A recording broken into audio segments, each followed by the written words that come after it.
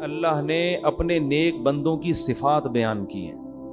یہ بھی بڑا دلچسپ رکوع ہے. فرمایا هو الذی جعل اللیل والنہار خلفۃ لمن اراد ان یذکر او اراد شکورا. اللہ وہ ذات ہے جس نے دن اور رات کو ادلے بدلے میں سسٹم میں جوڑ دیا ہے. رات جاتی ہے، دن آتا ہے، دن ختم ہوتا ہے، رات آتی ہے. فرمایا یہ ان لوگوں کے لیے ہم نے کیا ہے جو نصیحت حاصل کرنا چاہتے ہیں اور اپنے رب کے شکر گزار بننے چاہتے ہیں کہ ہمارے رب نے کتنا بڑا ہم پر احسان کر دیا. اگر اللہ دن رکھتا اور دن ختم ہی نہ ہوتا کتنی ٹینشن میں آ جاتے. ناروے میں جاؤ 6 مہینے کے دن ہیں، ان سے پوچھو کتنی ٹینشن میں ہیں وہ. پھر 6 مہینے راتیں، اندھیروں میں پڑے رہتے ہیں، وٹامن ڈی کے ٹیکے لگاتے رہتے ہیں دھوپ نہ ملنے کی وجہ سے. پاگل ہو جاتا ہے آدمی. آپ تھوڑے دن اندھیروں میں رہ کے دیکھو، دھوپ کتنی نعمت. آپ بند کمرے میں کچھ دن رہ لو، دھوپ میں نکلتا ہے ایسا سکون ملتا ہے نا، سن لائٹ، ایک عجیب ذہنی سکون ملتا ہے انسان کو اس میں. لیکن اگر یہ ہر وقت سن لائٹ رہے، رات کا اندھیرا نہ ملے تو بھی انسان پاگل ہو جائے ٹینشن سے. انسان کی نیچر میں اللہ نے اختلاف رکھا ہے. وہ چاہتا ہے ماحول بدلے، ہر وقت بدل رہے ماحول.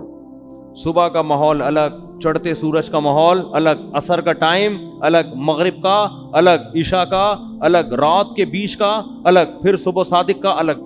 جب سے ہم پیدا ہوئے ہمارے رب ہمیں بور ہونے سے بچانے کے لیے ٹائم کو مسلسل چینج کر رہا ہے. کافر اس سے فائدہ اٹھاتا ہے، اللہ کا شکر ادا نہیں کرتا.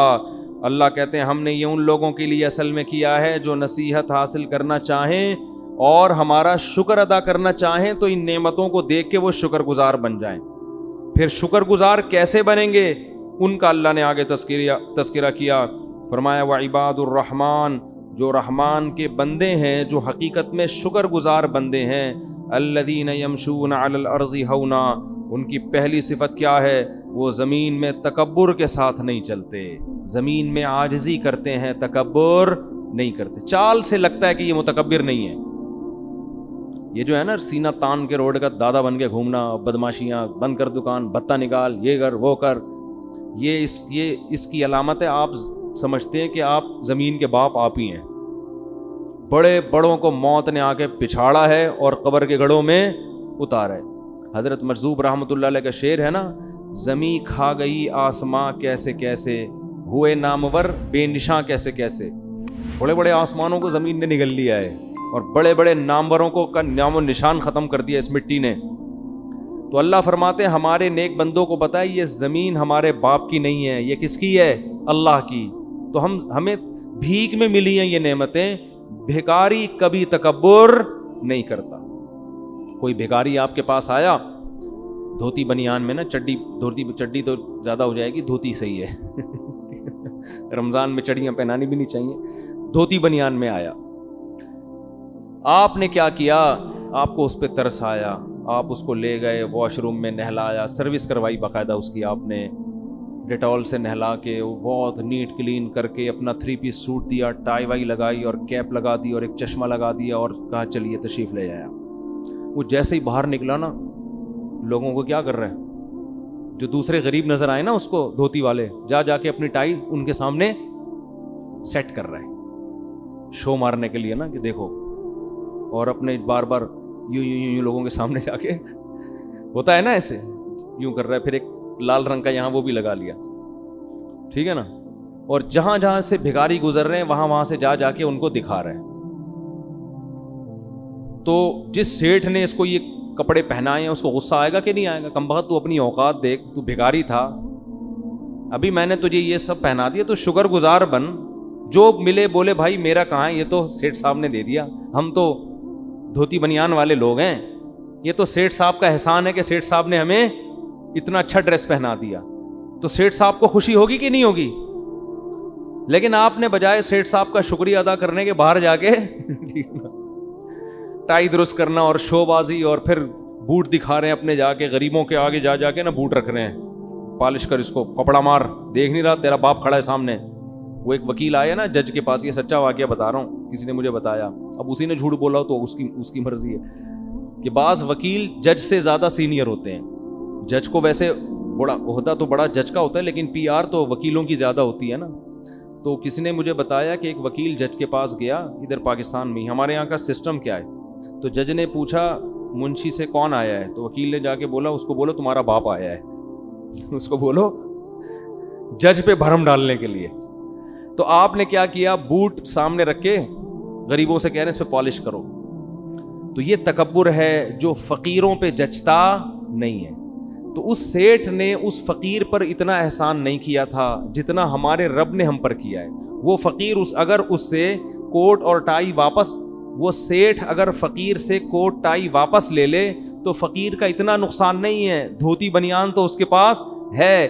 اللہ اگر ہم سے نعمتیں چھین لے تو ہم دھوتی بنیان کے لائق بھی نہیں رہیں گے, دھوتی بنیان کے قابل بھی نہیں رہیں گے.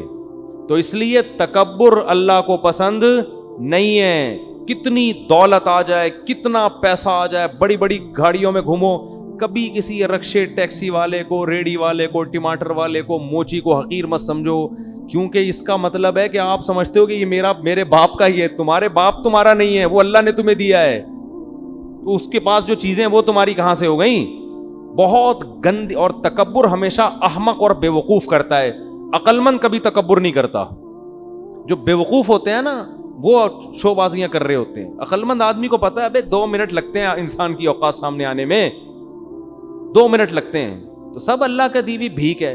تو اس اللہ نے فرمایا رحمان کے بندے وہ ہیں جو زمین پر اکڑ کے اور تکبر سے نہیں چلتے. ہاں یہ مطلب نہیں ہے کہ ایسے چلیں کہ لوگ سمجھے کہ چندہ دینا شروع کر دیں کہ یہ بیچارہ پتہ نہیں کوئی بھوک لگ رہی ہے اس کو. ایسے بھی مریل بیماروں کی طرح چلنا ٹھیک نہیں ہے. بس تکبر والی چال اللہ کو پسند نہیں ہے. میدان جنگ میں پسند ہے.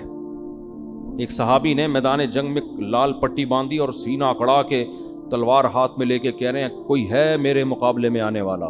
اب یہ جملہ اللہ کو پسند ہے کیا؟ نارملی تو پسند نہیں ہے بھائی, اپنے بارے میں سب سے بڑا. لیکن جب میدان جنگ میں انہوں نے للکارا تو ہمارے نبی نے فرمایا اللہ کو یہ چال پسند نہیں ہے, مگر اس موقع پر اللہ کو یہ چال بہت پسند ہے. کیونکہ میدان جنگ میں اگر آپ عاجزی انکساری دکھائیں گے دشمن کے سامنے, آپ بولیں گے میں آپ کا خادم, آپ سے لڑنے کے لیے آیا ہوں, ہمت تو نہیں ہے. تو اب میدان جنگ میں اگر آپ تواضع کا مظاہرہ یا پھڈوں میں تواضع شروع کر دیں, لڑائی ہو رہی ہے آپ کی, کوئی ڈاکو پکڑا ہے آپ نے یا کوئی پھڈا ہو رہا ہے, کوئی پیسے چھین رہے ہیں, اب آپ اس سے کہہ رہے ہیں کہ بھائی میں تو عاجز اور خاکسار اور جو ہے وہ گھوم کا کنستر ہوں میں, ٹھیک ہے نا. بعض لوگ تواضع میں یہاں تک بھی پہنچتے ہیں. تو وہاں موقع نہیں ہے, وہاں تو یہی آستینیں چھڑا کے اب تیری ایسے کی, وہ ایک الگ ٹاپک, وہ تکبر میں نہیں آتا, وہ ایک ضرورت ایجاد کی ماں ہے نا وقتی طور پر. نارملی عام حالات میں کسی کمزور پہ ظلم کرنا, اس پہ ڈینگیاں مارنا, میں یوں بہت خطرناک ہے. حدیث میں آتا ہے تکبر اللہ کی چادر ہے, جو اللہ سے اس چادر کو چھیننے کی کوشش کرے گا حدیث کا مفہوم ہے اللہ اس کو رسوا کر دے گا. تکبر صرف اللہ پہ زیب دیتا ہے. تو اللہ نے پہلی علامت کیا بیان کی؟ تکبر نہیں کرتے. وَإِذَا خَاطَبَهُمُ الْجَاهِلُونَ قَالُوا سَلَامًا. جاہل لوگ جب ان سے بحث کرتے ہیں تو یہ سلامتی کی بات کرتے ہیں, بحث کو طول نہیں دیتے. کچھ لوگوں نے نام ماننا ہوتا ہی نہیں ہے, کچھ لوگوں کی عادت ہوتی ہے کہ انہوں نے ماننا ہی نہیں ہے. تو ایسے لوگوں سے ڈیبیٹ کر کر کے اپنی صلاحیتوں کو برباد نہیں کرنا چاہیے. اس سے آپ کا دل بھی خراب ہوتا ہے, نفرتیں پھیلتی ہیں. ایسے موقع پہ بھائی پتلی گلی سے نکلو, ایسے لوگوں پہ محنت کرو جن میں سمجھنے کی صلاحیت. ساری دنیا کبھی ٹھیک نہیں ہو سکتی. تو اللہ نے نیک لوگوں کی صفت بیان کی, والذین یبیتون لربہم سجدا وقیاما. فرمائیے وہ لوگ ہیں جو راتیں سجدہ اور قیام میں گزارتے ہیں, تہجد پڑھتے ہیں. یقولون ربنا اصرف عنا عذاب جہنم. یہ راتوں کو اٹھ کے دعائیں مانگتے ہیں کہ اللہ ہم سے جہنم کی آگ کو دور کر دے. ان عذابہا کان غراما. بے شک اس کا عذاب بڑا چمٹ جانے والا ہے اور یہ بہت ہی برا ٹھکانہ ہے. اس کا بھی آج لوگ راتوں کو اٹھ کے دعائیں دنیا کی زیادہ مانگتے ہیں, آخرت کی کم. تو مسلمان کی دعائیں آخرت کی زیادہ ہونی چاہیے, جہنم کی آگ سے بچت ہو جائے, جنت مقدر ہو جائے. اذا انفقوا لم يسرفوا ولم يقتروا. فرمایا جب خرچ کرتے ہیں تو نہ تو اپنی آمدن سے زیادہ کرتے ہیں اور نہ بہت کنجوسی کا مظاہرہ کرتے ہیں. وَكَانَ بَيْنَ ذَلِكَ قَوَامًا. بیچ کی راہ اختیار کرتے ہیں. اتنا خرچ کرنا کہ کل دوسروں سے بھیک مانگنا شروع کر دو. اس کو اسلام میں اسراف